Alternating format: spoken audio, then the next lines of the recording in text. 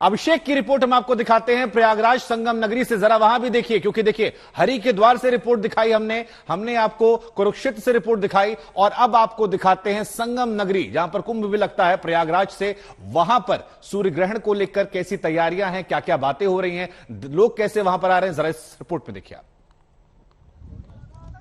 साल के दूसरे और महत्वपूर्ण आखिरी ग्रहण के पहले संगम नगरी प्रयागराज में स्नान का सिलसिला शुरू हो चुका है और ये तस्वीर संगम के घाट पर दिखाई देती है। मां गंगा, यमुना और सरस्वती का मेल है इस नगरी में, और संगम में तो स्नान की अलग ही महत्वता को समझा जा सकता है, क्योंकि यहाँ पर खुद गंगा, जमुना, सरस्वती तीनों का संगम कहा गया है। चाहे माघ का स्नान हो, चाहे कार्तिक अमावस्या पर जो स्नान हो रहा है, और इसके साथ ही साथ मकर संक्रांत पर भी स्नान की महत्वता है। लेकिन सूर्य ग्रहण के लिहाज से, क्योंकि प्रयागराज में आज शाम को 4:40 से 5:27 तक ये ग्रहण लगेगा, और ये आंशिक ग्रहण माना जा रहा है, जिसमें लगभग 32 से 35% तक सूर्य पर ग्रहण होगा। तो ऐसे में जिन जिन राशियों पर इसका प्रभाव पड़ सकता है, उससे निवारण के लिए मां गंगा और संगम का स्नान सर्वोपरि माना गया, और उसकी तस्वीर इस घाट पर साफ तौर पर देखी जा सकती है।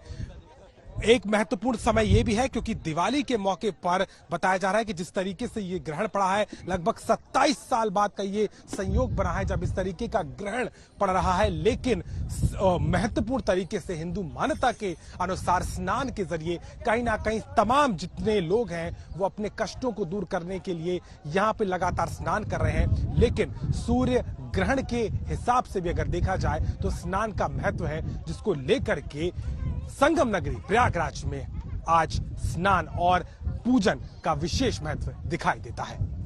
प्रयागराज से कैमरामैन संदीप के साथ अभिषेक मिश्रा, आज तक।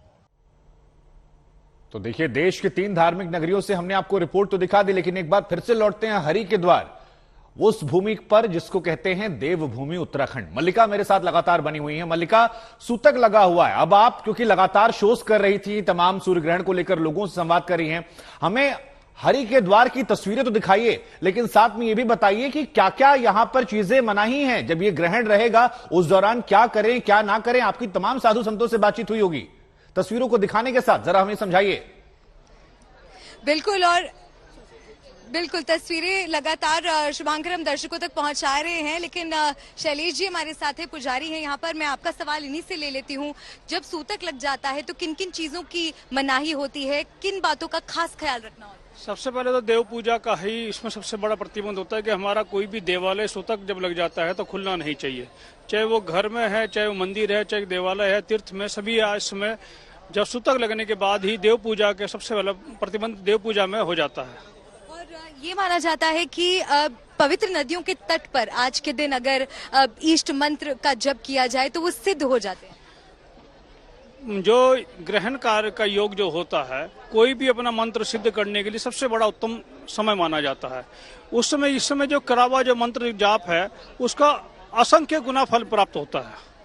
असंख्य गुना फल प्राप्ति का योग जो है ग्रहण काल का और उसमें भी जो ग्रहण कार्य जिस समय ग्रहण का समय शुरू होता है और ग्रहण के मोक्ष, ग्रहण के शुरुआत जैसी लगता है तो आप उसका जाप करें, फिर तप करें और फिर उसका हवन करें।